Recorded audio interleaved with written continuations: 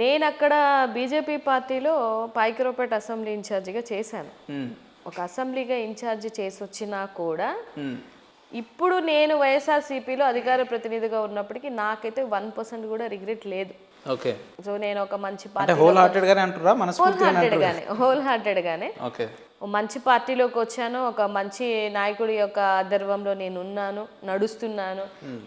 జగన్మోహన్ రెడ్డి గారు లాంటి ఒక వ్యక్తి కోసం నిలబడ్డాను అన్న హ్యాపీనెస్ ఇప్పుడైతే నాకు ఉంది ప్రజెంట్.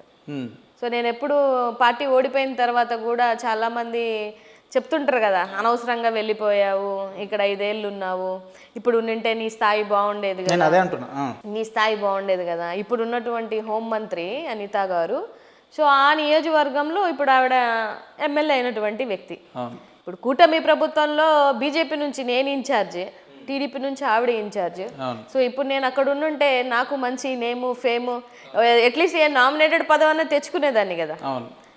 బట్ నాకు ఏమనిపించింది అని అంటే, వన్స్ మనం 1 రోజు వచ్చామా, 2 రోజులు వచ్చామా, లేకపోతే 3వ రోజు కండువా కప్పుకున్నామా అనేది మ్యాటర్ కాదు. నేను ఈ పార్టీలోకి వచ్చి 2023 ఆగస్టులో వచ్చాను. అంటే మొన్న ఆగస్టుకి 2 సంవత్సరాలు. మహేష్ బాబుని బాగా ఫాలో అవుతారా? ఎప్పుడు వచ్చినామని కాదు, బుల్లెట్ దిగింది అంతే కదండి, అంతే కదా. సో నాకైతే రిగ్రెట్ లేదు.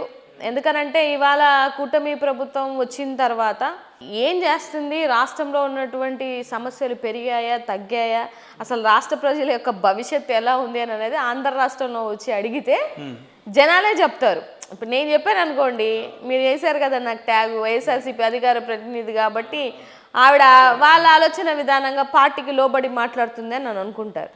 కానీ జనాల నాడి తెలుసుకున్న వాళ్ళైతే వాళ్ళ పక్షాన వాళ్ళ అభిప్రాయాలు తెలుసుకుంటే మాత్రం ఇంత ఘోరంగా ఉందా ఈ ప్రభుత్వం వచ్చి అని. సంవత్సరంన్నర అవుతుంది కదా, ఇప్పుడే కదా టీడీపీ. అవును, అంటే ఇప్పుడే ఈ షార్ట్ పీరియడ్లోనే ఇంత ఘోరంగా పరిపాలన ఉందని మీరు ఎట్లా చెప్పగలుగుతున్నారు? అంటే వాళ్ళ లోటుపాట్లు తెలిసిపోతున్నాయి కదా సార్. ఇప్పుడు రైతులు రోడ్ల మీదకి వచ్చారు, స్టూడెంట్స్ అంతా రోడ్డు మీదకి వచ్చి ధర్నాలు చేస్తున్నారు, వాలంటీర్స్ అంతా ధర్నాలు చేస్తున్నారు, ఆశా వర్కర్లు వచ్చి ధర్నాలు చేస్తున్నారు, స్టీల్ ప్లాంట్ ఎంప్లాయీలు అంతా బయటకు వచ్చి ధర్నాలు చేస్తున్నారు, గిట్టుబాటు ధరలు లేవని వచ్చి ధర్నాలు చేస్తున్నారు. మెడికల్ సీట్లో మొన్న చేసినటువంటి హంగామా చూసి మెడికల్ విద్యార్థులందరూ వచ్చి చేస్తున్నారు. ఇంకా మరి వచ్చిన 16 నెలల్లోనే అన్ని రంగాలు బయటకు వచ్చి రోడ్డు మీద ప్రశ్నిస్తుంటే, గవర్నమెంట్ ఎంప్లాయీస్ వచ్చి ప్రశ్నిస్తుంటే, టీచర్లు వచ్చి ప్రశ్నిస్తుంటే ఇది సక్సెస్ అయినటువంటి ప్రభుత్వం అంటారా? కాదండి. కానీ రాష్ట్ర ప్రజలే కదా జగన్ పరిపాలన మాకు వద్దు, భవిష్యత్తు తరాలకు ఆదర్శంగా ఉన్నటువంటి చంద్రబాబు గారు కావాలని చెప్పి ఒకనొక సమయంలో 175 సీట్లు ఉంటే 150 పైచిలకు సీట్లు గెలిచిన వైసీపీని కాదని చెప్పి కేవలం 11కే పరిమితం చేశారు కదా. ఇంకా దీనికంటే అదే అంటున్నాను సార్, ఎందుకు మేము 11కే పరిమితం చేశామా, లేదా ఇలాంటి నాయకుడిని మంచి నాయకుడిని పోగొట్టుకున్నామా అనే ఆలోచనతో ఇవాళ రాష్ట్ర ప్రజలు నిజంగా చెప్పండి మేడం, ఈ మాట నిజంగా అంటున్నారా సార్? ఇప్పుడు బయటకు వచ్చినటువంటి జనాలు ఈ మాట అంటున్నా అంటే, గతంలో ఇదే జగన్మోహన్ రెడ్డి గారు ముఖ్యమంత్రి ఉన్నప్పుడు వాళ్ళ అధికారంలో ఉన్నటువంటి మంత్రుల్ని భూతు పురాణంగా పోర్ట్రేట్ చేసి ప్రతిపక్షాలను విపక్షాలను తిట్టిపిస్తుండేవారు. మహిళలంటే గౌరవం లేదు ఆ మనిషికి, రాష్ట్ర ప్రజలు ఏమైపోయినా గౌరవం లేదు. కనీసం ఇప్పుడు 5 ఏళ్ల కాలంలో వారు పరిపాలించిన కాలంలో ఒక్క గల్లీకి కూడా, ఒక కాలనీకి కూడా ఒక రోడ్డు వేసిన పాపాన పోలేదు. అసలు రాష్ట్ర పరిపాలన గాలికి వదిలేసిండు అని చెప్పి ఇప్పుడున్న టీడీపీ నాయకులు పురాణం 2014 నుంచి ఆ సాంప్రదాయాన్ని తీసుకొని వచ్చిందే టీడీపీ ప్రభుత్వం. పవన్ కళ్యాణ్ గారు నా కొడకల్లారా చెప్పులు చూపించింది ఫస్ట్ పవన్ కళ్యాణ్ గారా, లేకపోతే ఇక్కడ ఉన్నటువంటి ఎమ్మెల్యేలా? మీరు చెప్పండి. ఓకే, పవన్ కళ్యాణ్ గారు మాట్లాడిరు అని అంటే మీరు అనేది కరెక్టా మేడం? 3 పెళ్లిళ్ళు చేసుకున్నాడు వాడు, పావలాగాడు అంటే ఈ రకమైన భాషా సంస్కృతిని చెప్పిన తర్వాతనే కదా వాళ్ళు మాట్లాడిరు. దాని తర్వాత కాదు, ఈయన మాట్లాడిన తర్వాత ఇప్పుడు పవన్ కళ్యాణ్ ప్యాకేజీ స్టార్ అని మేము అనడం ఏంటి? కాదండి, ప్యాకేజీ స్టార్ అని మేము అనడం ఏంటి? నువ్వే స్టేజ్ ఎక్కి ఒక రోజు ప్రచారంలో నన్ను ప్యాకేజీ స్టార్ అంటారా అని అన్నది ఎవరు? లోకేష్ బాబు, చంద్రబాబు నాయుడు గారని ఆయనే వచ్చి బయటకు చెప్పినట్టు తింగ్ కదా. 2 నియోజకవర్గాల్లో పోటీ చేసి ఒక్క దగ్గర గెలవలేదు. కాదండి, 2 చోట్ల పోటీ చేశాడు, గెలవలేదు, అది అబద్ధం. కానీ ఇప్పుడు ఆ మనిషే డిప్యూటీ సీఎం గా ఉన్నారు, జగన్ గారు ఓడిపోయి ఇంట్లో కూర్చున్నారు. ఏమైతుంది సార్? ఎంత మీ ఓటింగ్ పర్సంటేజ్ ఎంత? 6%. అవును, వాళ్ళు ఓటు 100% స్ట్రైక్ రేట్ అంటారు వాళ్ళు. ఎట్లయితుంది సార్? 175 నియోజకవర్గాలలో నువ్వు 100 మార్కులకి ఎగ్జామ్ రాసి నాకు 25 ఒకటి వచ్చాయి 22 వచ్చాయి నాది 100% స్ట్రైక్ రేట్ అంటే నవ్వుతారు. నీకు 21 సీట్లు ఇచ్చారంటే అర్థం ఏంటంటే 175 నియోజకవర్గాలలో క్యాండిడేట్లను నిలబెట్టుకునేటువంటి కెపాసిటీ నీకు లేదు. ఉన్నటువంటి ప్రభుత్వాన్ని నువ్వు ఎదుర్కొనే ధైర్యం దమ్ము నీకు లేక నువ్వు వెళ్ళి 2-3 పార్టీలతో పొత్తులోకి వెళ్ళి నీకు ఆ లేచిన ముష్టి 21 నువ్వు తీసుకొని నేను 100% అంటే ఇంటలెక్చువల్స్ మేధావులు నవ్వుతారండి. మనం చెప్పకూడదు అన్నమాట. అంటే ఇప్పుడు ఏదో ఓడిపోయినాం, ప్రతిపక్షంలోకి వెళ్ళిపోయినాం, కనీసం ప్రతిపక్ష హోదా కూడా అసెంబ్లీలో ఇవ్వని పరిస్థితి ఉంది కాబట్టి ఏదో కావాలని వైసీపీ నిరంతరం మా మీద బదనాం చేసే వ్యాఖ్యలు చేస్తున్నారు అని చెప్పి ఆరోపిస్తారు. చేస్తారు. ఇంకా మేమేం చేసేదండి? ప్రజలు చేస్తున్నారు. ప్రజల పక్షాన మేము వాయిస్ ఆఫ్ వాయిస్లెస్గా మేమున్నాం, కానీ మాకేం ప్రతిపక్షం ఇవ్వలేదని చెప్పేసి మేమేమన్నా మీలాగా పార్టీ ఓడిపోయగానే వెళ్ళిపోయి హైదరాబాద్లో ఫిక్స్ అయిపోయి 3 సంవత్సరాల తర్వాత ఏం రాలేదు కదా. పార్టీ ఓడిపోయిన మధ్యాహ్నం నుంచి జగన్మోహన్ రెడ్డి గారు ఆయన క్యాడర్ని, బాధలో ఉన్నటువంటి ఎమ్మెల్యేలు కానీ మంత్రులను కానీ ఒకరికొకరికి వెళ్ళిపోతున్నా కూడా నిమ్మకు అంటే ఆయన యొక్క స్థైర్యాన్ని నిజంగా మెచ్చుకోవాలి. నేను ఆ పార్టీలో ఉన్నానని కాదు, అంత 151 ఉన్నటువంటి మెజారిటీ నుంచి 11 రాగానే ఎక్కడైనా ఆయన స్థైర్యం 1% కూడా కోల్పోలేదు. ఓడిపోయిన తర్వాత నేను కూడా జగన్మోహన్ రెడ్డి గారిని కలవడం జరిగింది ఒక సందర్భంలో. ఆయనలో ఆ స్థైర్యం 1% కూడా తగ్గల. కానీ జనాలు 3 నెలల దాకా తిండి లేదు, బాధపడినటువంటి కార్యకర్తలు ఉన్నారు, ఇబ్బంది పడినటువంటి కార్యకర్తలు ఉన్నారు, దాన్ని తీసుకోలేనటువంటి కార్యకర్తలు ఉన్నారు.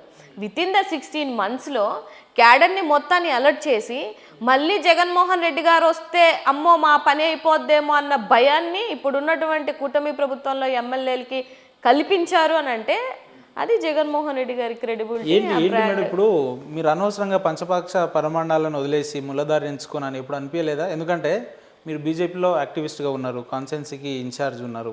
ఇప్పుడు కనుక టీడీపీ బీజేపీ అలయన్స్లో ఉంది, అక్కడ గెలిచుంటే మీకు కూడా ప్రాధాన్యత వస్తుండే. మీ నియోజకవర్గం, మీరు ప్రాతినిధ్యం వహించిన నియోజకవర్గం నుంచి అక్కడ హోంమంత్రి కూడా ఉన్నారు అనిత గారు. సో ఇదంతా మంచి లగ్జరియస్ లైఫ్ ఉండే, ప్రోటోకాల్ ఏమన్నా వస్తుండే, పదవులు పైసలు ఇవన్నీ వస్తుండే కదా. అనవసరంగా తప్పుడు నిర్ణయాలు తీసుకున్నాను ఏమనిపించలేదా?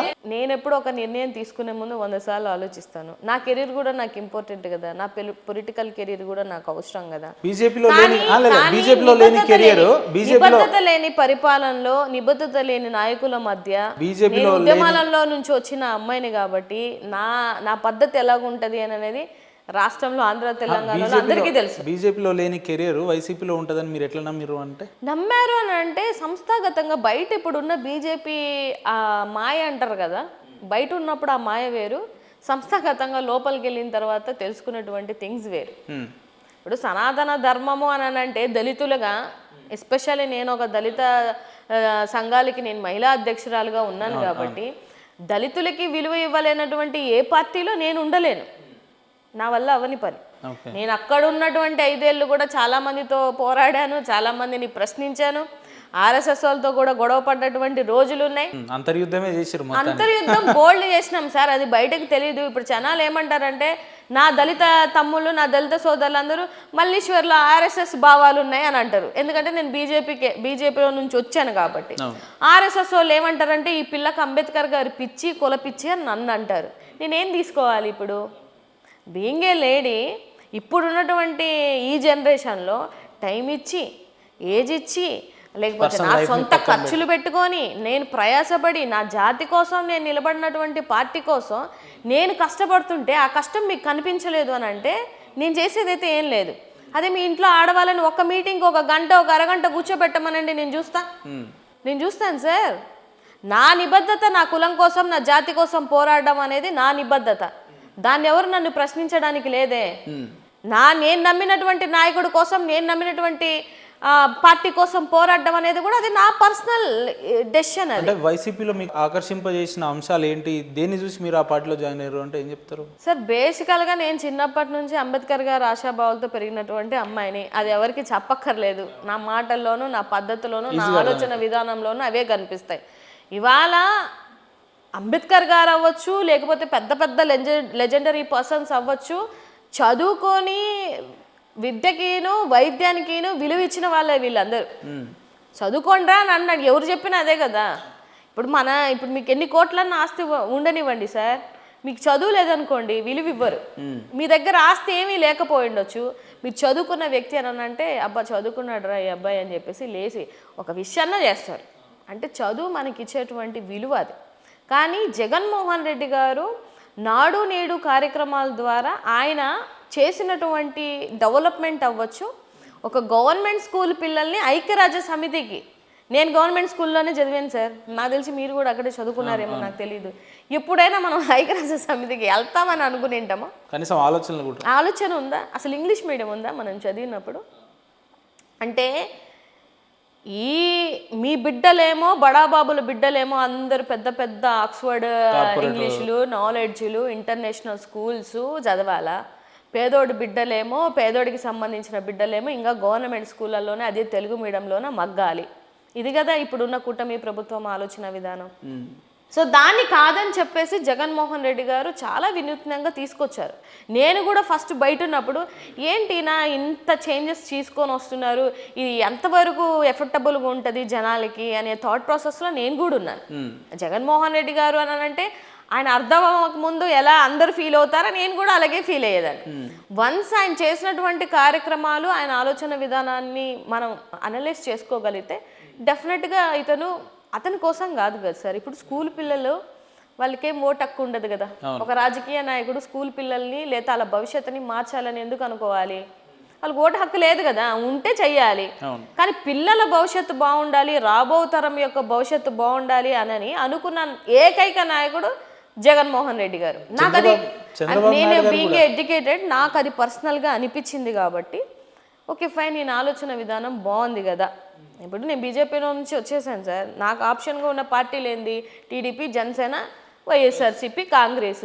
ఈ మూడిట్లో ఈ 4 నాకు బెటర్గా నేను ఆలోచించుకుంది రాబో తరంగా ఒక యంగ్ జనరేషన్లో నేను పొలిటికల్గా ఎదగాలి, లేకపోతే జనాల పక్షాన లేదా నన్ను నమ్మిన జనాలకి నేను న్యాయం చేయగలిగిన పార్టీ ఏదని నాకు అనిపించినప్పుడు నేను వైఎస్ఆర్సీపీ పార్టీ. మీరు జాయిన్ అయిన తర్వాత పార్టీ ఇంత ఘోర పరాజయం జరుగుతుంది, ఈ రకమైన పరిస్థితులు ఉంటాయని అసలు ఆ రకమైన అట్మాస్ఫియర్ ఉందా రాష్ట్రంలో? అనుకోలేదు. అంటే అంటారు సరే, రాజకీయాలు పక్కన పెడతారు 2 నిమిషాలు, వ్యక్తిగతంగా అక్కడ ఉన్న విద్యార్థులకు మంచినే చేసిండు, పథకాల విషయంలో ప్రతిదీ ఇంటికే పంపించిండు జగన్ గారు అని చెప్తారు. మరి ఇంత ఓటమి పాలు కావడానికి గల కారణాలు ఏమై ఉండొచ్చు? ఓడిపోయినా కూడా వైఎస్ఆర్సీపీ పార్టీకి ఎంత పర్సంటేజ్ ఉంది? 40% ఉంది ఓట్ బ్యాంక్. అంటే 1,32,00,000 మంది ఆయన కోట్లేశారు. సో 3 పార్టీలు, ఓ పక్క టీడీపీ, ఓ పక్క బీజేపీ, ఓ పక్క జనసేన, మళ్ళీ కాంగ్రెస్ కూడా ఆల్మోస్ట్ వాళ్ళ వైపే ఉంది. 4-5 పార్టీలు గుమిగూడి ఒక వ్యక్తి మీదకి వస్తే ఓటం అనేది డెఫినెట్గా జరుగుతుంది. అయినా కూడా 40% ఓట్ షేరింగ్ ఉందనంటే it's not a simple thing. మీరు అబ్జర్వ్ చేస్తే 1,500, 2,000, 3,000 ఇలాంటి ఓటింగ్ షేర్ గ్యాప్ తోటే ఒక 50-60 సీట్లు పోయాయి. కానీ ఒక్కొక్క ఎమ్మెల్యేలు మంత్రులుగా పనిచేసిన వాళ్ళు కూడా మినిమం డిపాజిట్లు రాకుండా కూడా పోయిర్రు అని అంటే తప్పిదం నాయకులు, అంటే కింది స్థాయి వర్గాలలో పనిచేసే నాయకుల దాంట్లో ఉందా, లేదంటే జగన్ గారిని చూసే ఆ రకమైన వ్యతిరేక ఓట్లు వచ్చినాయా? ఎట్లా అనుకోవచ్చు సార్? ఇక్కడ లోటుపాట్లు ఒకసారి ఓడిపోయాము, ప్రజాక్షేత్రంలో ప్రజలు ఇచ్చిన తీర్పే ఫైనల్ సార్. నేను ఎన్నన్నా చెప్పనివ్వండి, ప్రజలు తీర్పు ఇచ్చేశారు, దాన్ని మనం యాక్సెప్ట్ చేయాల్సినటువంటి అవసరం ఉంది. లోటుపాట్లు ప్రతి ఒక్క పార్టీలోనూ ఉంటాయి, అది మనం ఓవర్కమ్ చేసుకొని ఎలాగా క్యాడర్ని ముందుకు తీసుకెళ్ళాలి, ఎలా పార్టీని ముందుకు తీసుకెళ్ళాలి అనేది జగన్మోహన్ రెడ్డి గారి ఆలోచన విధానంతో ఇవాళ ముందుకు వెళ్తున్నాం. అసలు పడిపోయింది ఇంక అయిపోయింది అనుకున్న క్యాడర్ని మళ్ళీ లేపి తీసుకొని వచ్చి జనాల పక్షాన ఇవాళ రైతు పోరు అనేది ఒకటి పెట్టారు, లేకపోతే ఫీ రీయింబర్స్మెంట్ కోసం ఒకటి, లేకపోతే రైతు గిట్టుబాటు ధర కోసం ఒకటి, లేకపోతే మహిళల మీద జరుగుతున్న అగత్యాల కోసం. మేడం అంటే ఏం ఇండికేట్ చేయడానికి అలాంటి ప్రోగ్రాంలు పెడుతున్నారు? రైతుల గిట్టుబాటు అని చెప్పి మామిడి పండ్లను రోడ్ల మీద తొక్కేయడం, లేదంటే రైతుల్ని తొక్కేస్తున్నాడు జగన్మోహన్ రెడ్డి, అంటే ఆయనకు ప్రజలంటే ప్రేమ లేదు, అది ఇది అని మాట్లాడుతున్నారు కదా, ఎందుకు ఇలాంటి సార్? రైతులు మేము పడిచడం ఏంటి సార్? ఏంటి నేషనల్ ఛానల్సే చూపించాయి కదా. ఇప్పుడు మా ఛానల్స్ అనుకోండి, మీరు ఏమంటారు, మేమే కావాలని చూపించాము అనుకుంటారు. మరి నేషనల్ ఛానల్స్ వచ్చి వాళ్ళ దాంట్లో కూడా చూపిస్తున్నారు కదా. నిజమైనటువంటి రైతులు వాళ్ళ పంట కోసం వాళ్ళ గిట్టుబాటు ధర లేనప్పుడు, గతంలో జగన్మోహన్ రెడ్డి గారు ఉన్నప్పుడు 21,000, 22,000 గిట్టుబాటు ధర ఇచ్చారు సార్. ఇప్పుడు వీళ్ళు 8,000, 9,000 ఇస్తున్నారు. అంటే కూలీలకు కూడా రాదు.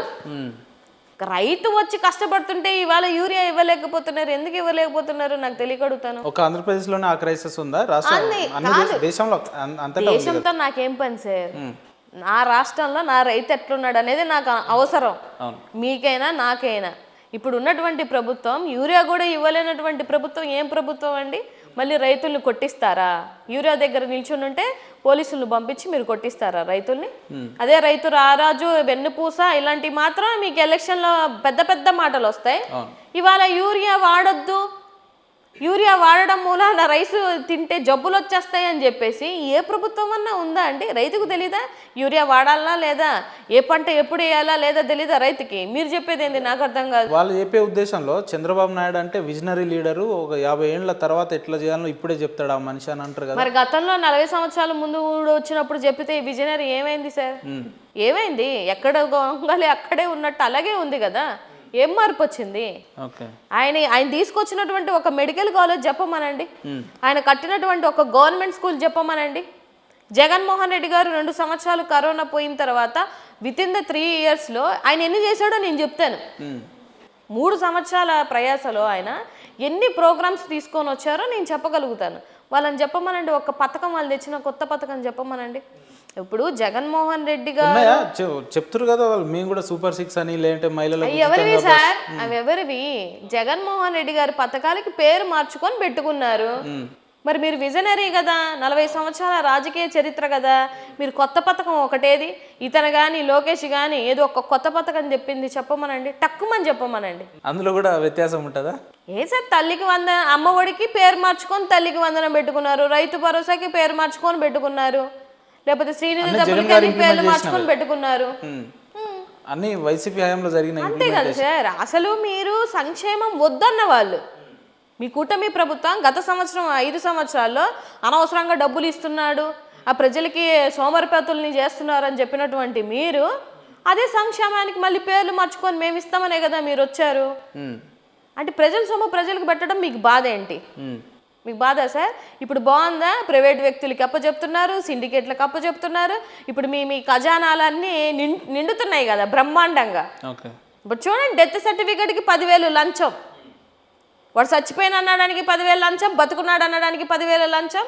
వాళ్ళు వస్తే ఏం జరుగుతుంది అనేది రాష్ట్రంలో ఉన్నటువంటి ప్రజలకి ఇవాళ క్లారిటీ వస్తుంది, వాళ్ళు ఫేస్ చేస్తున్నారు. ఇంకా రాబో రోజులలో ఇంతకన్నా ఘోరంగా ఉంటుంది పరిపాలన, అందులో 1% డౌట్. ఎట్లా చెప్పగలుగుతున్నారు? అంటే ఏదో ప్రతిపక్ష నాయకులు కాబట్టి విమర్శించాలని చెప్తున్నారా? ఎట్లా విమర్శ? అందుకే అన్నాను సార్, ఇప్పుడు సంవత్సరంన్నర కాలంగా నేను విమర్శ, మీకు రాజకీయ పరిస్థితులు ఎట్లా కనిపిస్తున్నాయండి అక్కడ? సార్, సంవత్సరంన్నర కాలం అంటున్నారు కదా, మీరు సీనియర్ కదా, ఇది 4వ సీఎం కదా, మీకేంది సంవత్సరంన్నర? మీకేంది సార్ సంవత్సరంన్నర? జగన్మోహన్ రెడ్డి గారు అంటే కొత్తగా వచ్చాడు కాబట్టి కొత్త సీఎం అయ్యాడు. ఇంకా ఆయన అదృష్టమేమో కరోనా ఒకలాంటి విపత్తు వచ్చింది, అయినా కూడా ఆయన నిలదొక్కుని అంత చేశాడు కదా. ఏ రోజన్నా జగన్మోహన్ రెడ్డి గారి నోట్లో ఇక్కడ నేను ఏం చేయలేను, ఖజానాలో డబ్బులు లేవు, నేనేం చేయలేకపోతున్నా, అమ్మో చూస్తుంటే భయం వేస్తుంది, ఇలాంటి మాటలు ఎప్పుడైనా మాట్లాడారా ఆయన? ఆయన మాట్లాడలేదు, ధైర్యంగా నిల్చున్నారు. ఇప్పుడు కరోనా లాంటి విపత్తు వస్తుందని ఎవరన్నా కలగన్నామేంటి సార్? పిట్టల్లాగా రాలిపోతుంటే ఆంధ్రప్రదేశ్లో మీరు పోయి హైదరాబాద్లో కూర్చుంటే ఒక్కడే ఇక్కడ ఉండి తన ప్రజల్ని ఒక రాజు ఎలా కాపాడుకుంటాడో అలా కాపాడుకున్నారు. మేబీ ఇవాళ చాలా మంది మాట్లాడవచ్చు, కానీ ఆ రోజు బిక్కుమని రాష్ట్రంలో ఎలాంటి పరిస్థితులు ఉంది, పొద్దున్న లేస్తే ఎవడు చచ్చిపోతున్నాడో ఎవడు బతుకుతున్నాడో కూడా అర్థం అవ్వలేనటువంటి పరిస్థితి. ఆ టైంలో కాపాడా లేదా ముఖ్యమంత్రిగా? నువ్వు ఉంటే ఇంక ఈ పాటికి అందరూ చచ్చిపోయేవాళ్ళే మా ఆంధ్ర రాష్ట్రంలో, అలా ఉండేది పరిస్థితి. సో మనం చేసింది మర్చిపోకూడదు సార్. ఇవాళ వాలంటరీ వ్యవస్థ అనేది ఆ రోజు చాలా అవసరమైంది, వాళ్ళ ప్రాణాలకి తెగించి మరి వాలంటీర్లు అందరూ ఎంత కష్టపడ్డారు. ఇవాళ అదే వాలంటీర్లకి 10,000 ఇస్తానని చెప్పేసి జీవో లేదని ఇవాళ మీరు అసెంబ్లీలో వెటకారంగా మాట్లాడుతున్నారు. మరి మీకు ఆ రోజు ప్రాణాలు కాపాడింది గుర్తు రావట్లేదా? సరే జీవో లేదంటున్నారు కదా, వేయండి జీవో. ఇప్పుడు ఎన్ని జీవోలు వేస్తున్నారు? ఇప్పుడు రాష్ట్ర జీవోలు బొచ్చడొచ్చాయి కదా, రాష్ట్ర జీవోలు 180 జీవోలు తెచ్చారు వీళ్ళు. ఎందుకు తెచ్చారు ఆ జీవోలు? పోనీ ఆ జీవోలు ఇదొక జీవో వేసి వాళ్ళకి 10,000 ఇవ్వాల్సింది కదా. అంటే మీకు ఇచ్చే ఉద్దేశం లేదు, క్లియర్. ఇచ్చే ఉద్దేశం అని ఉంటే మరి ఎందుకు దొంగ ప్రామిస్ చేశారు ఆ రోజు? ఓట్ల కోసమా? ఆ రోజు చేసిన అబద్ధాలన్నీ సూపర్ 6 ఇస్తానన్నారు కదా సార్, ఎక్కడ ఇచ్చారు మీరు? సూపర్ 6 ప్రతి ఒక్క విద్యార్థికి 15,000 ఇస్తున్నాం, ఒక స్టూడెంట్ ఉంటే అని చెప్తున్నారు. ఎక్కడ ఇచ్చారు సార్? ఎక్కడ ఇచ్చారు? తల్లికి వందనం చొప్పున ఎంతమందికి ఇచ్చారు అని అనేది వాళ్ళని ఒక శ్వేతపత్రం రిలీజ్ చేయమని చెప్పండి. ఇవాళ ఎంఆర్ఓ ఆఫీసులలో, సచివాలయ ఆఫీసులలో ఎంతమంది తల్లులు వెయిట్ చేస్తున్నారో అడగండి. నీకు 15,000 నీకు 15,000 నీకు 15,000 ఎక్కడ వేసారో అని అడుగుతున్నాను సార్. ఎంతమంది తల్లుల్ని అడగండి. నన్ను కూడా అడగబల్లా, నేనైతే మరి పాజిటివ్గా చెప్పాను అనుకుంటారు కదా. తల్లుల దగ్గరికి వెళ్ళి ఎంత 7,000 8,000 9,000 మీరు ఇస్తానన్నది ఎంత? మొదటి సంవత్సరం ఏ పథకం ఇవ్వలేదు సార్ వాళ్ళు. ఇది 2వ సంవత్సరం. అవును, సెకండ్ ఇయర్. మొదటి సంవత్సరం మీరు ఏ పథకం ఇవ్వాల, సూపర్ 6 0. 2వ సంవత్సరంలో 15,000 అని 13,000 కదా ఇచ్చారు. అది కూడా 30 లక్షల మందికి ఇవ్వకుండా చేసినటువంటి ప్రభుత్వం మీది. ఎక్కడిచ్చినట్టు? ఇప్పుడు ఇవాళ వికలాంగుల యొక్క పెన్షన్ అన్నారు. ఏం చేశారు? వికలాంగుల పెన్షన్లు తీసేశారు. ఉన్నవే తీసేశాక ఎంతమంది చనిపోయారు సార్ వికలాంగులు? ఇప్పుడు వికలాంగుల్ని బేర్ చేసుకొని భరించుకొని కొన్ని ఫ్యామిలీస్ ఉంటాయి. ఏదో పెన్షన్ వస్తుందని చూసే వాళ్ళు ఉంటారు. పెన్షనే రాలేదనుకోండి, ఎవరు చూడాలి వాళ్ళని? వాళ్ళ యొక్క ఆత్మవిశ్వాసం కోల్పోతారు కదా. కోల్పోయి చాలామంది సూసైడ్లు చేసుకున్నారు సార్.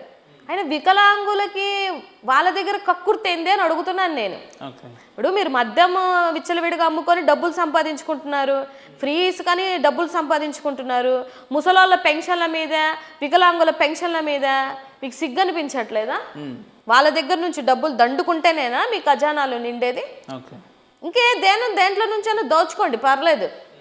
నేను రియాక్ట్ అవుతున్నటువంటి విషయం, నేను బాధపడుతున్నటువంటి విషయం ఏంటంటే, వికలాంగుల మీద మీ కక్ష సాధింపు ఏంటి అంటే వాళ్ళకి 6,000 వస్తుందని మీకు బాధ, మీకు కడుపు మంట. సో డెఫినెట్గా ఇవన్నీ రాష్ట్రంలో ఉన్నటువంటి ప్రజలు ఆలోచిస్తారు, ఓట్లేసిన వాళ్ళు ఆలోచిస్తారు. రాష్ట్ర సమస్యల గురించి వస్తేనేమో ఇంత అనర్గళంగా మీరు బాగానే మాట్లాడుతున్నారు, కానీ అయిపోయింది అసలు వైసీపీ ప్రభుత్వం పని అయిపోయింది, ఇంకా భవిష్యత్తులో రాబోదు. స్వయంగా ముఖ్యమంత్రి గారు నిలబడ్డ కడప జిల్లా నుంచే, పులివెందుల నుంచే జడ్పీ స్థానాలు గెలుచుకున్నాం మేము, ప్రజలంతా మమ్మల్ని ఆదరిస్తున్నారు, ఇక వైసీపీకి భవిష్యత్తు లేదు అని చెప్పి మాట్లాడుతారు. సార్ వైసీపీ అసలు జెడ్పీటీసీ ఎలక్షన్ దానికోసం అంత హంగామా చేయాల్సినటువంటి అవసరం లేదు. నెంబర్ 1. నెంబర్ 2, అందరికీ తెలుసు సార్ మాజీ ముఖ్యమంత్రి ప్రాతినిధ్యం వహిస్తున్న జిల్లా అది. ఎందుకు ఏం చూపించదు? మీరు కార్పొరేషన్ ఎలక్షన్స్ అయ్యేంత వరకు అసలు మీరు రాష్ట్రంలోనే లేరు. మీ పార్టీలో ఏ నాయకుడు కూడా లేడు. 3 సంవత్సరాల తర్వాత వచ్చారు. మీకు ఏమైనా ఇంపాక్ట్ ఉందా? ఓట్ షేరింగ్, ఎవరి షేరింగ్ అలాగే ఉంటుంది. మీరు పులివెందుల ఎలక్షన్ ఎలా చేశారో రాష్ట్రంలో ఉన్నటువంటి ప్రజలు చూడలేదా? సిగ్గుండాల ప్రజల్ని కూడా ఓటేయనీయకుండా ఆపుకొని ఇంకా ఏంది సార్ అది ఎలక్షన్? నేషనల్ కమిషన్స్ నోటీసులు ఇచ్చారు వీళ్ళకి. ఇప్పుడు ప్రజాక్షేత్రంలో ఓట్లు వేయనీయకుండా వెళ్ళిపోయి అన్ని మేము గుద్దేసుకొని మేమే గెలిచేసుకున్నామని అంటే అది కూడా దాన్ని సీమ గెలుపు. అదే జిల్లా నుంచి ఒక వృద్ధులు అదే బ్యాలెట్ బాక్స్ లో 25 ఏళ్లుగా నేను మొదటిసారి ఓటేస్తున్నాను చూసారేంటి సార్? మీరు చూసారా? అదే సమాజ మాధ్యమంలో కూడా మాకు నా ఓటుని ఇంతమందికి వేసేస్తున్నారు, వాడుతున్నారు అని కూడా వేసారు. నా ఓటు నేను వేసుకోకుండా వేరే వాళ్ళకి ఇచ్చి వేసారు అనేది వచ్చింది. పులివెందుల తర్వాత పవన్ కళ్యాణ్ గారు డిప్యూటీ సీఎం ఎక్కడున్నావు నువ్వు, లేవు రాష్ట్రంలో అని చెప్పి వచ్చింది. సార్ ఇవన్నీ ఏంటనేది పక్కన పెడితే, ఇవాళ ఎప్పుడైనా ఏ పరిపాలన ఉన్నా రాజ్యాంగబద్ధంగా పరిపాలన జరగాలి. మీరు ఏ రోజైతే అంబేద్కర్ గారు రాసినటువంటి రాజ్యాంగం కాదు అని ఒక రెడ్ బుక్ రాజ్యాంగం పట్టుకొని ఇది నా రాజ్యాంగం అన్నటువంటి లోకేష్ బాబుకి అదే చివరి ఎలక్షన్. ఇది ఇప్పుడు జరుగుతున్నది, ఇంక ఇదే చివరి ఎలక్షన్. వీళ్ళకి గుర్తుపెట్టుకోండి, ఏదైతే వీళ్ళు పునాది అనుకున్నారో వీళ్ళు భూస్థాపితం అవ్వడానికి కారణం కూడా అదే బుక్ అవుద్ది. చెప్తాను సార్, రాజ్యాంగానికి ఉన్నటువంటి బలం అది. నాయకులు కాదు, మీరు నాయకులు ఎంతమంది వస్తుంటారు పోతుంటారు. రాజ్యాంగాన్ని మార్చాలి అనుకొని లేకపోతే ఆ రాజ్యాంగ విరుద్ధంగా మేము ఆలోచనలు చేసుకొని వెళ్ళిపోతాము అని అంటే అది అవ్వదు. మాజీ ముఖ్యమంత్రి జగన్ గారు అంటే తాడేపల్లిలో ఉంటాడు, లేదంటే బెంగళూరుకి వెళ్ళిపోతాడు, రాష్ట్ర సమస్యల మీద మాట్లాడు, అసెంబ్లీకి రాడు, రాష్ట్ర ప్రజలు ఏమైపోయినా కావాలని ఘర్షణ వాతావరణం ప్రేరేపించేలాగా ఏదో నెలకు ఒకసారి ప్రజల్లోకి వెళ్ళినట్టు అక్కడ ఏదో సెన్సేషన్ క్రియేట్ చేస్తాడు తప్ప ఆ వ్యక్తి క్రెడిబిలిటీ లేదు, కమిట్మెంట్ లేదు. ఇప్పుడు డిప్యూటీ సీఎం ఉన్నారు సార్, డిప్యూటీ సీఎం ఉన్నారు మా రాష్ట్రంలో. ఏం పేరు చెప్తారా? మీకు కూడా తెలియదు, ఎందుకంటే డిప్యూటీ సీఎం పవన్ కళ్యాణ్ గారు. అట్లా చెప్పండి. అదే అంటున్నాను, డిప్యూటీ సీఎం పవన్ కళ్యాణ్ గారు. ఆ వ్యక్తి ఎక్కడ ఉంటున్నాడు సార్? అసలు రాష్ట్రంలోనే లేడు. రాష్ట్రంలోనే కాదు, ఆయన సొంత నియోజకవర్గంలోనే లేడు. ఎక్కడో వెళ్ళి సినిమాలు తీసుకుంటున్నాడు, లేకపోతే హైదరాబాద్లో ఉంటాడు. మరి తప్ప మేడం మరి మరి వ్యక్తిగత జీవన మీరు విధానం అన్నారు కోసం కదా ప్రతిపక్షంలో ఉన్నటువంటి నాయకుడే అయితే తాడేపల్లిలో ఉంటాడంటే ఎంతవరకు ఉండాలి అంతవరకు ఉంటారు. మీరు ప్రభుత్వంలో ఉన్న మీ నాయకులే లేరే, మీ ఎమ్మెల్యేలే లేరే రాష్ట్రంలో. ఈ క్వశ్చన్ అడగడానికి ఎలా ఉంటుంది సార్? నైతిక విలువలు ఉండాలి కదా. ఇప్పుడు వీళ్ళు అడుగుతున్న వాళ్ళకి ప్రతిపక్షంలో ఉన్నటువంటి లీడర్ పోరాడుతుంటే మీరు ప్రభుత్వంలో ఉన్నటువంటి లీడర్లు పోరాడక మీరు ఎక్కడెక్కడో సినిమాలు షూటింగ్లు అని మీరు తిరుగుతుంటే ఈయన ఈయన ఈయన ఈయన బాధల్లో ఈయన ఉంటే ఆ ఎడ్యుకేషన్ మినిస్టర్ ఎక్కడో ఉంటే ఎవరు మటుకు వాళ్ళు ఉన్నప్పుడు ఇంక ఏం నైతిక విలువలు ఉంటాయి సార్ అడగడానికి? అరే నిరంతరం 24/7 మేము రాష్ట్రాన్ని మానిటైజేషన్లో పెడుతున్నాం, ముఖ్యమంత్రి గారు 18 గంటలు పనిచేస్తున్నారని హోమ్ మినిస్టర్ గారు మాట్లాడుతున్నారు. అనిత గారు అసలు ఉందా సార్ ఆమె హోమ్ మినిస్టర్ గారు? హోమ్ మినిస్టర్ గారు ఆమె సొంత నియోజకవర్గంలోనే అన్యాయాలు జరుగుతుంటే స్థితిగతి లేదు. ఆవిడ సొంత నియోజకవర్గాల్లో ఎప్పటికప్పుడు సోషల్ మీడియాలో యాక్టివ్ ఉంటుంది. ఏంటి సార్ మీకు ఇచ్చిన పదవి ఏంటి? మీకు ఇచ్చిన పదవి ఏంటి? హోంమంత్రి పదవి కదా. హోంమంత్రి పదవి అయితే నువ్వు ఏదో లాండ్ ఆర్డర్ నువ్వెక్కడ కంట్రోల్ చేస్తున్నావు? నువ్వు ఎక్కడ ట్విట్టర్లో మెసేజ్లు పెట్టుకోవడానికి, లేకపోతే మీడియా ముందుకు వచ్చేసి నా పదవి ఏంది? అధికార ప్రతినిధి కదా, అదే పదవి చేస్తుంది ఆవిడ. నువ్వే కదా చెప్పావు అసెంబ్లీలో, అసెంబ్లీ సాక్షిగా 16,800 అగత్యాలు జరిగాయని 10 నెలల క్రితం చెప్పింది ఆవిడ. ఇప్పుడు ఏంటంటే 20,000 22,000 అయింటాయి అగత్యాలు కూడా. ఇన్ని అగత్యాలు జరుగుతున్నాయంటే లాండ్ ఆర్డర్ ఉన్నట్టు. చంద్రబాబు గారు ఛార్జ్ తీసుకున్న తర్వాత ఇప్పటి వరకు మహిళల మీద ఒక్క అగత్యాలు జరగలేదు, జరిగినా కూడా మేము 24 అవర్స్లోనే మేము యాక్షన్ తీసుకుంటున్నాం, అలాంటి చిత్తశుద్ధి ఉన్న ప్రభుత్వం మాదని చెప్తారు వాళ్ళు. ఆవిడ చెప్పింది సార్ అసెంబ్లీలో, నేను చెప్పింది కాదు. గత ప్రభుత్వం లెక్కలు చెప్పలేదు ఆవిడ. వచ్చి ఇప్పుడు వరకు వచ్చిన 10 నెలల్లో ఇప్పుడు వరకు జరిగినటువంటి అగత్యాలు 16,800, మైనర్ బాలిక మీద రేపులు జరిగింది 15, 85 మైనర్ బాలికల మీద ప్లస్ రేప్ జరిగి హత్య జరిగింది 85 అని లిస్ట్ ఆవిడిచ్చింది. ఇప్పుడు ఉన్నటువంటి ప్రభుత్వం ఇచ్చిన లిస్ట్, నేను చెప్పే సొంత లెక్కలు కాదు.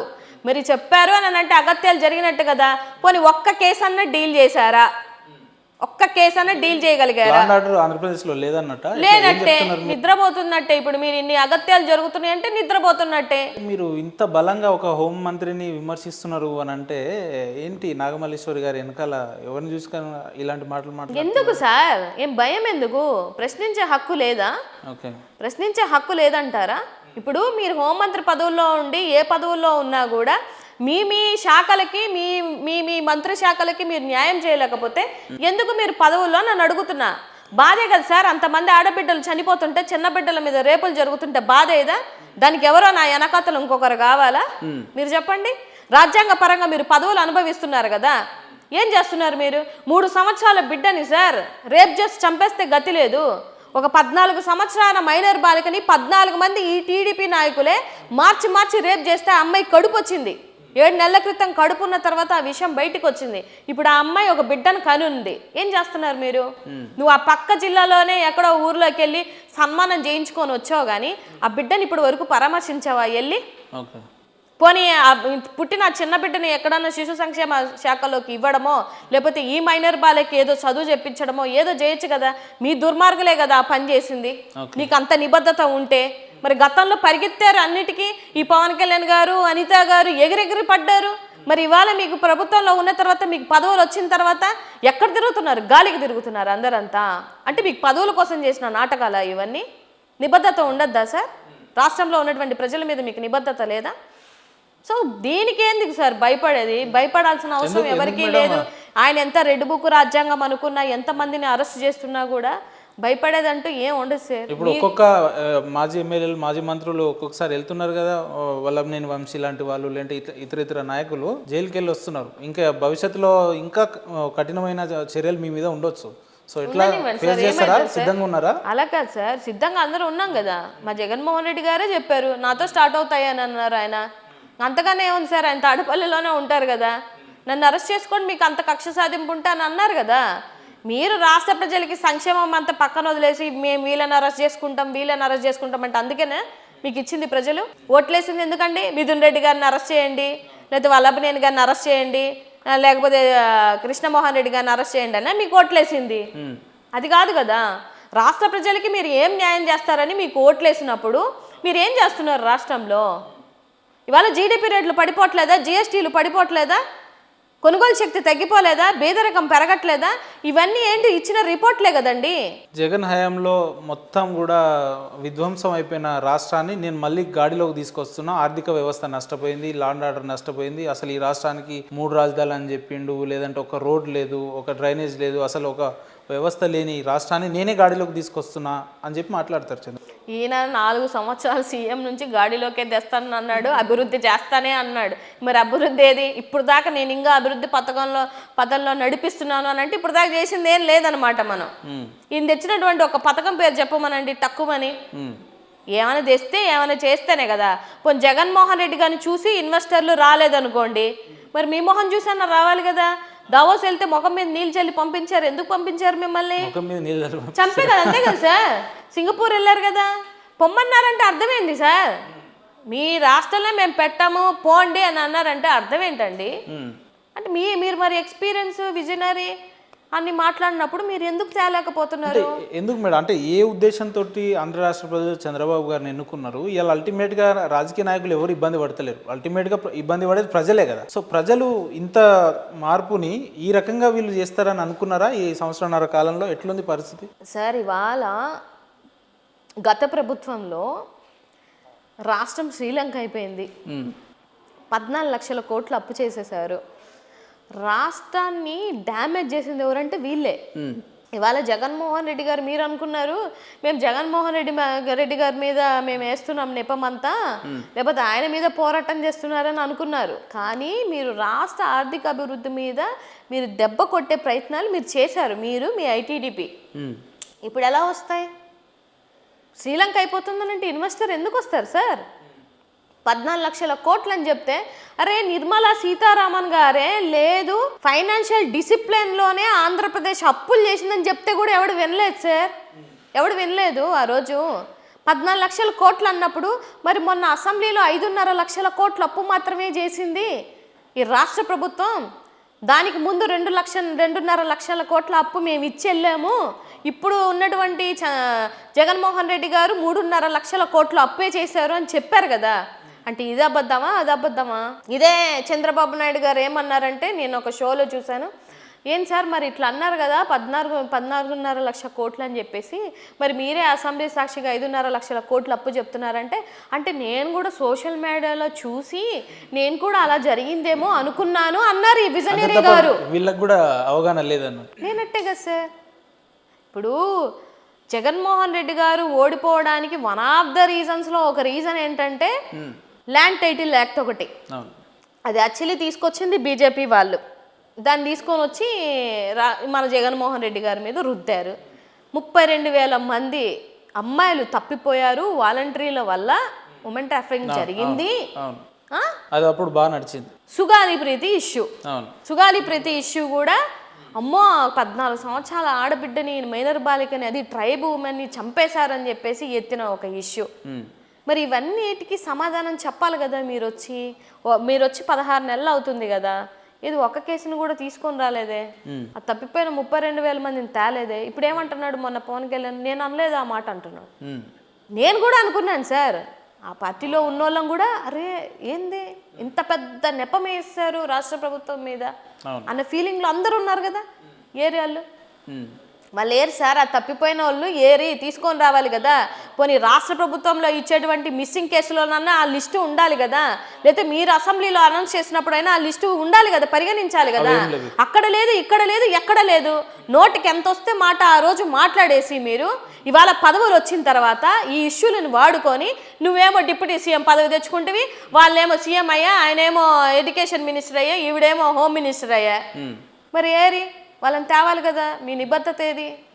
సో జనాలకి అర్థం అవ్వాల్సిన విషయం ఏంటంటే, కళ్ళబొల్లి మాయమాటలన్నీ చెప్పి ఇవాళ వీళ్ళు పదవులు అనుభవిస్తున్నారు. పోనీ వాళ్ళకి నిజంగానే పారదర్శకత ఉండుంటే ఇవాళ రాష్ట్రంలో ఉన్నటువంటి ఇన్ని ఇష్యూల మీద మీరు ఎందుకు నోరెత్తలేకపోతున్నారు, మీరు ఎందుకు ఫైట్ చేయలేకపోతున్నారు? సుగాలి ప్రీతి అమ్మ లాంటి ఒక అమ్మకి మీరు ఇంకా ఎందుకు న్యాయం చేయలేకపోతున్నారు అని అడుగుతున్నా. ఆవిడకి ఇప్పుడు వరకు 11 సార్లు ఆవిడ ప్రయత్నించినా కూడా మీరు అపాయింట్మెంట్ ఇవ్వలేదు అని అంటే దొంగలు భయపడిపోతున్నారా? ఆవిడేదో పాదయాత్ర చేస్తానని నేను వెళ్ళాను సార్, కర్నూలు వెళ్ళాను.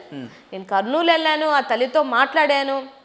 మన దళిత సంఘాల నుంచి దళితుల లీడర్లు అందరూ వచ్చారు. ఆవిడ వీల్ చైర్ యాత్ర చేస్తానన్న రోజు కూడా నేను వెళ్ళడం మాట్లాడడం జరిగింది. ఆశ్చర్యం ఏంటంటే చాలా మందికి తెలియదు అది 2017లో జరిగినటువంటి సంఘటన అని. జగన్మోహన్ రెడ్డి గారి హయాంలో జరిగిందని చాలా మంది అనుకుంటున్నారు. కానీ అది 2017 అంటే అప్పుడు చంద్రబాబు 2017లో జరిగింది కదా సార్. మరి 2018లో 19లో ఏం చేస్తున్నాడు పవన్ కళ్యాణ్? నిద్రపోయాడా? నిద్రపోయి నీ రాజకీయ లబ్ధుల కోసం నీకు అవసరమైన రోజు నువ్వు ఆ పాయింట్ ఎత్తుకొని ఇవాళ నువ్వు జనాల్లోకి వెళ్ళావు కదా. మొన్న ఏమంటున్నాడు? డిఎన్ఏలు తారుమారైపోయాయి అని అంటున్నాడు. డిఎన్ఏలు తారుమారయ్యాయి అని హైకోర్టు రిపోర్ట్ ఎప్పుడు ఇచ్చింది? 2018లోనే ఇచ్చింది. అంటే ఈ విషయం నీకు అప్పుడే తెలుసు. తెలిసి కూడా నీ రాజకీయ లబ్ధుల కోసమే నువ్వు సుగాలి ప్రీతి అమ్మని ఆ ఇష్యూని వాడుకొని ఇవాళ నిన్ను సోషల్ మీడియాలో ఏకి పడేస్తున్నారంటే అర్థం ఏంటంటే నీ నిబద్ధత ఏంటి, నీ ఊసర విల్లుల మార్పులు ఏంటంటే రాష్ట్ర ప్రజలకి అర్థమైంది. కాబట్టి ఇప్పుడు వాళ్ళ అధికార ప్రతినిధి గుంటూరు జిల్లా అధ్యక్షుడు అనుకుంటాను గేదె వెంకటేశ్వరరావు ఎలా మాట్లాడుతున్నాడు సార్ అంటే ఒక అంగవైకల్యంతో ఉన్నటువంటి ఒక బిడ్డ, ఒక ట్రైబ్ బిడ్డ కోసం పోరాడితే నీకు వచ్చిన నష్టం ఏంటి? నువ్వు ఇక్కడతో ఆపకపోతే అని సోషల్ మీడియాలోనే మీరు బెదిరిస్తున్నారు అని అంటే ప్రశ్నించకూడదా బిడ్డ? నీకు తెలీదా? ఆ రోజు వెళ్ళిపోయి ఆవిడ కాళ్ళ కింద కూర్చున్న రోజు ఆవిడ రెడ్ అన్న విషయం నీకు తెలీదా? ఒక ట్రైబ్కి పుట్టినటువంటి వ్యక్తి కూతురు ట్రైబ్ అవుతుందని తెలీదా? అంటే ఇవాళ న్యాయం అడుగుతుంటే నీకు 2 కోట్లు ఇచ్చారు కదా అని డబ్బులు లెక్క చెప్తారేంటి? అంటే నీ బిడ్డలకైతే ఒక న్యాయం, ట్రైబ్కోను దళిత బిడ్డలకైతే ఒక న్యాయమా సార్ ఇది? ఇప్పుడు నేను చెప్పినవన్నీ అబద్ధాలు ఏం కాదు సార్. మీరు కూడా రీచెక్ చేసుకోండి. నేను నిజం చెప్తున్నానా అబద్ధం చెప్తున్నానా, లేకపోతే నాకు పార్టీ మీద ప్రేమ ఉందా, లేకపోతే నిజంగానే జరిగినటువంటి జెన్యూన్ కన్సర్న్ మీద నేను కన్సర్న్తో మాట్లాడుతున్నానా అనేది మీకు ఒక క్యాలిక్యులేషన్ అర్థమవుతుంది కదా. పార్టీలోకి వచ్చి ఇంత షార్ట్ పీరియడ్లోనే ఇంత స్టడీ ఇంత అనర్గళంగా మాట్లాడుతున్నారు పార్టీ బేస్ మీద అని అంటే బాగానే స్టడీ చేశారు పార్టీ అంశాలు. స్టడీ చేసుకోకుండా ఎందుకు వస్తాను సార్? నేను 5 ఏళ్ళు ఒక పార్టీలో ఉన్నప్పుడు నేను మళ్ళీ నెక్స్ట్ ఇప్పుడు నాకు టైం అవసరం కదా సార్, ఏజ్ అవసరం, టైం మనకు చాలా వాల్యుబుల్ కదా. నేను ఒక పార్టీలోకి వెళ్ళి స్టెప్ వేస్తున్నప్పుడు అసలు ఏంటిది, లోటుపాట్లు ఏంటి, జరిగింది ఏంటి, ఆయన చేసింది ఏంటి, చేయాల్సిందేంటి, నేను అక్కడికి వెళ్ళి నేనేం పని చేయగలుగుతాను, పార్టీకి నా వాయిస్ కానీ నా సబ్జెక్ట్ కానీ నా తెలివితేటలు కానీ ఎంతవరకు నాకు ఉపయోగపడుతుందని ఆలోచించుకోకుండా నేను స్టెప్ వేయను కదా. మీరేమంటే జగన్ గారి విధి విధానాలు నచ్చి నేను పార్టీలోకి వచ్చినాను మీరు అంటున్నారు. కొంతమంది అంటే మరి మిమ్మల్ని విమర్శించే వాళ్ళ ఏందో కానీ అంటే ఆర్థికంగా బాగా లాభం చూపించిండు జగన్ గారు వైసీపీ ప్రభుత్వం కాబట్టి ఆర్థికంగా వారు వెల్ సెటిల్ అయిపోయిన తర్వాతనే కొన్ని కోట్లు తీసుకొని పార్టీలోకి వచ్చింది నాగమల్లేశ్వరి గారు అని చెప్తారు. నిజమా? ఆఫర్లకు ఎందుకు వస్తాయి సార్ ఆఫర్లు? దేనికి ఆఫర్లు లేకుండా మీకు ఇప్పుడు కాదు సార్. అంటే నెక్స్ట్ ఎట్లయినా మన ప్రభుత్వం వస్తుంది, వచ్చిన తర్వాత మిమ్మల్ని మంచి స్థానంలో పెడతామని చెప్పి హామీ కూడా ఇచ్చారట కదా పార్టీ నుంచి, వైసీపీ నుంచి. సార్ ఇప్పుడు హామీలు ఇచ్చినా ఇవ్వకపోయినా అంటే నేను అంటున్నా హామీ ఇచ్చినా ఇవ్వకపోయినా ఇవాళ మళ్ళా జగన్మోహన్ రెడ్డి గారి ప్రభుత్వం రావాలంటే ఎప్పుడు వచ్చింది సార్? 2029. ఇప్పుడు మనం ఎక్కడున్నాం? 2025. అంటే 4 సంవత్సరాలు నేను కష్టపడాలి. సో నేను మెంటల్గా ప్రిపేర్ అవ్వాలి. మీకు తెలుసు కదా జగన్మోహన్ రెడ్డి గారి మీద కోసం మాట్లాడితే కింద ఎన్ని అమ్మనాభూతలు ఉంటాయో, ఎంత క్యారెక్టర్ అసోసియేషన్ జరుగుతుందో అనేది. నేనే రోజు ఉద్యమాలలో ఉన్నప్పుడు ఒక మాట అనిపించుకోలేదు సార్, ఈవెన్ బీజేపీలో ఉన్నప్పుడు ఒక మాట అనిపించుకోలేదు సార్. ఏ రోజైతే పార్టీ ఓడిపోయిన మధ్యాహ్నం నేను 3 గంటలకు ఒక వీడియో చేశా, ఆ రోజు నుంచి ఇప్పుడు వరకు నేను ఐటీడీపీ ద్వారా లేకపోతే అక్కడున్న సోషల్ మీడియా ద్వారా లేకపోతే వీళ్ళు పెట్టుకున్న ఫేక్ ఐడీల ద్వారా ఎంత నేను హరాస్మెంట్ పొందుతున్నాను అనేది నాకు తెలుసు. 4 సంవత్సరాలు కష్టపడడానికి ఎవరు సార్ ఇప్పుడున్న రాజకీయాల్లో ఎవరు సార్? నేను రెడీ, సో నేను ఈ వారికి సిద్ధమని ఎవరు సార్ అడ్డంగా నిలబడతారు? అదే మీకు కూడా ఇలాంటివి అన్ని చూసినప్పుడల్లా ఎప్పుడన్నా వ్యక్తిగతంగా అనిపిస్తుందా, అరే అవసరమా ఈ అన్ని టార్చర్ భరించడం, ఎవడో ఏదో కామెంట్ చేస్తారు, నెగిటివ్ ట్రోల్స్ అంటారు. ఇంకోటి మోరోవర్ మీరు యాక్టివిస్ట్గా ఉన్నారు అండ్ మోరోవర్ మహిళ కాబట్టి రాజకీయాల్లో ఉంటే అనేకమైన రూమర్స్ ఉంటాయి, ఇంకేదో ఇలాంటివన్నీ తట్టుకొని నిలబడడం అవసరమా? ఇలాంటి సందర్భాలు ఏమైనా అనిపించినాయి మీకు? డెఫినెట్గా అంటే సార్ ఇప్పుడు ప్రజాక్షేత్రంలోకి వచ్చాము అని అంటే ఎంతో కొంత ఒక ఐడియాలజీతో వస్తాం. ఎందుకంటే ఎదురుదాడి ఉంటుంది, మాటలు ఉంటాయి, నిందలు ఉంటాయి, అవమానాలు ఉంటాయి. ఇవన్నీ నేను ఎప్పుడు నా 21 సంవత్సరంలోనే నేను ప్రజాక్షేత్రంలో ఉన్నటువంటి అమ్మాయిని సార్. నా బ్యాక్గ్రౌండే నేను ఒక సోషల్ యాక్టివిస్ట్గా వచ్చినటువంటి అమ్మాయిని. సో నాకు అన్నీ తెలుసు, తెలియకుండా నేను రాలా. కానీ ఎక్కడ నేను హట్ అవుతానంటే చుట్టాలు, అత్త మామలు, లేకపోతే నా తమ్ముడు ఫ్యామిలీ, లేకపోతే నా మర్దలు ఫ్యామిలీస్ వాళ్ళ కింద కామెంట్స్ చూసినప్పుడు అవి మళ్ళీ రిపీట్ అయ్యి నా హస్బెండ్ దగ్గరకు వచ్చిన రోజు నేను హట్ అవుతాను. సో డెఫినెట్గా హట్ అవుతాను. ఇప్పుడేం చిన్న బూతులు కాదు కదా సార్, పచ్చి బూతులు. ఎందుకు మరి ఇన్ని అవమానాలు భరిస్తూ, లేదంటే పార్టీ కోసం ఇన్ని అవహేళనలు, ఇవన్నీ అవసరమా? ఏదో వ్యక్తిగతంగా మంచి భార్య పిల్లలు, మన పని ఏదో మనం చేసుకుంటే సరిపోతుంది అట్లా అనుకుంటే ఏముంది సార్? ఇప్పుడు మీరు స్టూడియో పెట్టి వాళ్ళ ప్రశ్నించి ఇంతమంది నాలాంటి లీడర్లు బొచ్చడి మందిని తీసుకొస్తున్నారు. ఇదంతా ఎందుకు చేస్తున్నారంటే సేవే కదా, ప్రజాసేవే కదా. ప్రజాసేవలో నుంచి వచ్చిన అమ్మాయి ఇంతకన్నా ఏం చేయలేదు కదా. నేనేం చదువులేని అమ్మాయిని కాదు, నేను పిహెచ్డి చేశాను, ఎంబీఏ చేశాను. నేను అక్కడికి పోతే నాకేం జాబ్? అసలు నేను బ్యాంక్ జాబ్కి రిజైన్ చేసే ఈ ప్రజాక్షేత్రంలోకి వచ్చిన అమ్మాయిని నేను. నా పర్సనల్ ఇంట్రెస్ట్తో నేను వదిలేసి వచ్చేసాను. మా నాన్నగారు ఒక బ్యాంక్ ఎంప్లాయీ, మా తాతగారు ఒక గవర్నమెంట్ ఎంప్లాయీ. నా ప్రస్థానం అంతా, మా ఫ్యామిలీ అంతా చాలా డీసెంట్ ఫ్యామిలీ. కాకపోతే నా మనస్తత్వం ఏంటంటే 4 గోడలు కూర్చొని బాక్స్ తెచ్చుకొని తినే మనస్తత్వం నాది కాదు. జనాల కోసం నిలబడాలనుకున్నాను, ప్రశ్నించాలనుకున్నాను. ఇవాళ not only party sir, party కోసమే చేస్తున్నానని అనుకోవద్దు మీరు. జనాల పక్షాన కూడా నా వాయిస్ వినిపించాలి అనుకుంటున్నాను. కాబట్టి ఎక్కడ సమస్య జరిగితే నేను అక్కడికి వెళ్తున్నాను, ఎక్కడ ఇబ్బంది జరుగుతుందంటే నేను వెళ్తున్నాను. లేకపోతే వైజాగ్ నుంచి కర్నూలుకి వెళ్ళాల్సిన అవసరం ఏముంటుంది సార్? ఎంత ఖర్చు, ఎంత డబ్బు ప్రయాస, ఎంత టైం వేస్ట్. నేను అక్కడి నుంచి ఆ రోజు దాన్ని పాదయాత్ర చేయనీయకపోయినా కూడా చెప్పులు లేకుండా పాదయాత్ర చేశాము ఆ రోజు.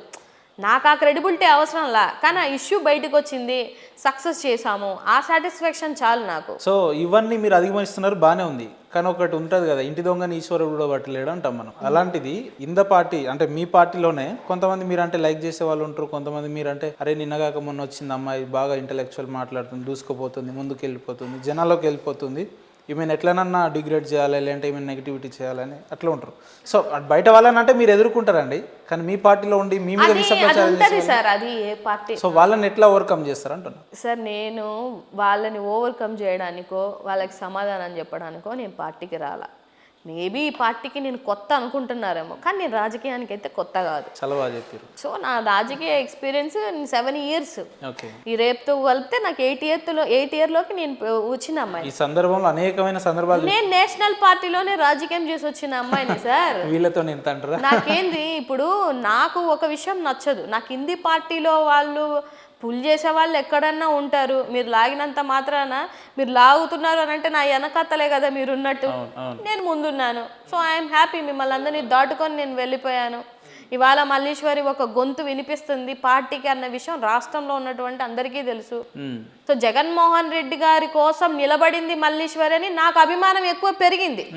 నాట్ ఓన్లీ మల్లీశ్వరి, జగన్ అన్న కోసం కష్టకాలంలో మల్లీశ్వరి నిలబడిందన్న విషయం ఇక్కడ ఉన్నటువంటి పార్టీ అన్నదమ్ములకు కానీ, పార్టీకి లాయలుగా ఉన్న వాళ్ళకి కానీ ఉంది. కాకపోతే ఏంటంటే నేనేమంటున్నానంటే, నేనేం పదవులు ఉన్నప్పుడు రాలేదు కదా సార్, ప్రభుత్వంలో ఉన్నప్పుడు నేనేమి పదవులు అనుభవించడానికి రాలేదు కదా. ఉన్నటువంటి ఎమ్మెల్యేలు, మంత్రులు, రాజ్యసభ మెంబర్లు, ఎమ్మెల్సీలు, ఇచ్చిన చైర్మన్లు, డైరెక్టర్లు కూడా ఓడిపోగానే వెళ్ళిపోయారు. వాళ్ళతో కంపేర్ చేసుకుంటే నేను ఉన్నట్టా లేనట్టా సార్ పార్టీ కోసం? ఆ రోజు నుంచి ఈ రోజు వరకు నా పర్సనల్ పోర్టల్లోనే నేను 1100 వీడియోలు చేశాను సార్, బోల్డ్ ప్రెస్ మీట్లు ఇచ్చాను సార్, బోల్డ్ డిబేట్లు చేస్తున్నాను సార్.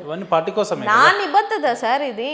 నాకు ఇప్పుడు చాలా మంది అంటారు మల్లీశ్వరి ఏదో ఎక్స్పర్ట్ చేయడానికైనా ఇంకా 4 ఏళ్ళు కష్టపడాలి. ఇప్పుడు ఉన్న పలంగా అంటే మీకు హోంమంత్రి గారు మీ నియోజకవర్గం కాబట్టి ఉన్న పలంగా హోంమంత్రి గారు ముఖ్యమంత్రి గారి నుంచి ఫోన్ చేయించి చంద్రబాబు గారి నాయుడు దగ్గర నుంచి ఫోన్ వచ్చి, అమ్మ మీలాంటి ఇంటలెక్చువల్స్, యాక్టివిస్టు, మీకు టైం ఉంది, ఏజ్ ఉంది, రావాలి, పని చేయాలి, ఒక పోర్ట్ఫోలియో అని చెప్పిండు అనుకో, లేదా ఒక ప్రోటోకాల్ ఇస్తామని చెప్పారు అనుకో, ఏంటి మీ నిర్ణయాలు ఎట్లుంటాయి? అయ్యో సార్, నేను పార్టీ ఓడిపోయిన తర్వాత నాకు బీజేపీ నుంచి కాల్స్ వచ్చాయి, టీడీపీ నుంచి కూడా కాల్స్ వచ్చాయి.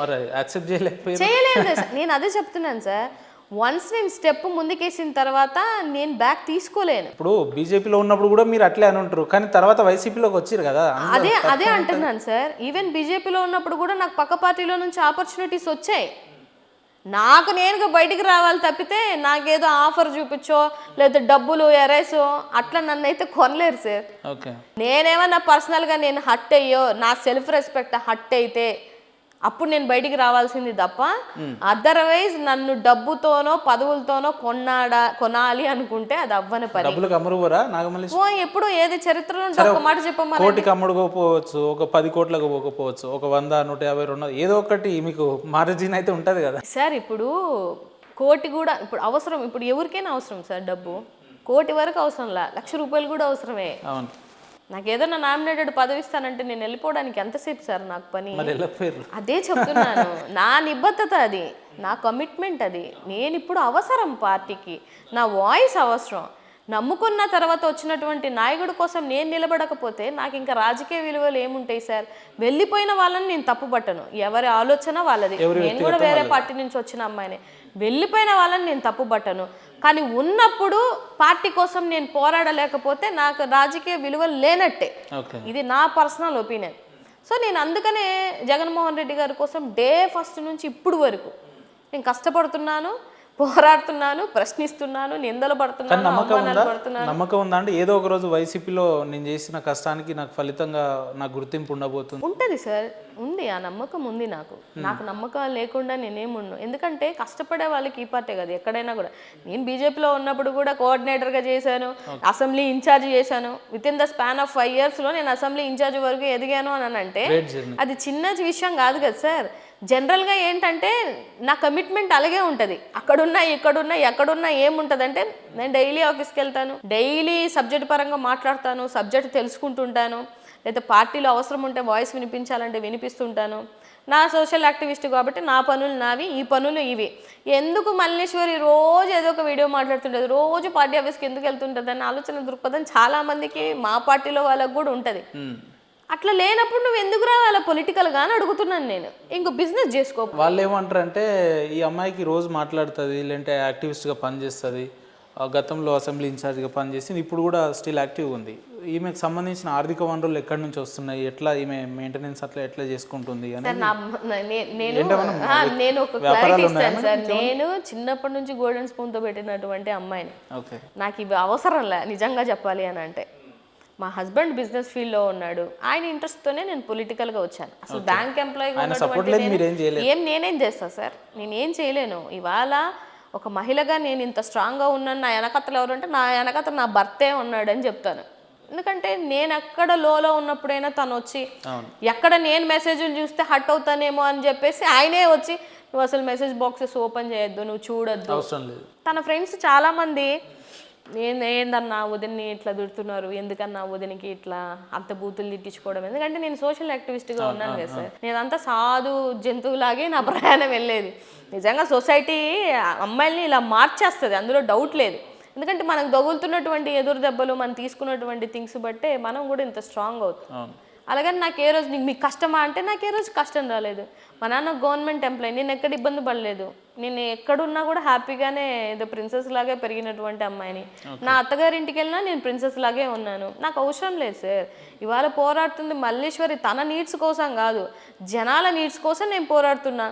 మహిళలకు ఇబ్బంది కలుగుతున్న ప్రతి చోట నా వాయిస్ వినిపించాను. మీరు కావాలంటే నేను ఉత్తరాంధ్రలో వైజాగ్లోనే ఉంటాను కదా, ఏ ఇష్యూ అయినా ఫస్ట్ కాల్ నాకు వచ్చింది సార్. మహిళల మీద అగత్యం జరిగినప్పుడు దట్ ఈస్ మై సక్సెస్. ఇంక అంతకన్నా సక్సెస్ ఏంటి సార్? ఒక అమ్మాయికి కష్టం జరుగుతుంటే రాష్ట్రంలో 5 కోట్ల మంది జనాభాలు ఉంటే అందులో మల్లీశ్వరి గారు వాయిస్ వినిపిస్తే బాగుంటుంది, ఆవిడ ప్రశ్నిస్తే బాగుంటుంది అని అనుకుంటున్నారు అని అంటే నేను సక్సెస్ అయినట్టే. మీరు ప్రజాక్షేత్రంలో సక్సెస్ అయ్యి నిలదొక్కుంటున్నారు అని అంటే కుటుంబ సపోర్ట్ బాగుందంటే 100% సార్. మా మదర్ వాళ్ళకి ఈ రాజకీయాలు ఇదంతా తెలియదు, కానీ మా హస్బెండ్ ఫ్యామిలీస్లో వాళ్ళ మేనమామలు వాళ్ళ ఫ్యామిలీకి సంబంధించిన వాళ్ళు చాలా మంది పొలిటికల్. ఇంటర్వ్యూలో ఎంతవరకు నిజం మాట్లాడుకున్నా మీకంటూ ఒక పర్సనల్ గోలు, డిజైర్ లాంటిది ఉంది?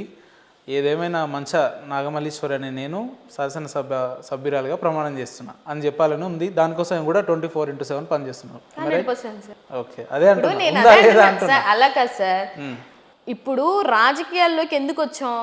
ప్రజల పక్షాన పోరాడడానికి, ప్రజల వాయిస్ వినిపించడానికి. ఇవి అందరూ చెప్పే మాటలే. ఇప్పుడు నేను చెప్పినా కూడా మీరు చిన్న స్మైల్ ఇచ్చారు అంటే అందరు చెప్పే మాటలు మల్లీశ్వరి చెప్తుంది అనుకుంటే, మీరు మీ ఫైనల్ టార్గెట్ ఏదో ఉండాలి కదా, ఫైనల్ గోల్ ఏదో ఉండాలి కదా.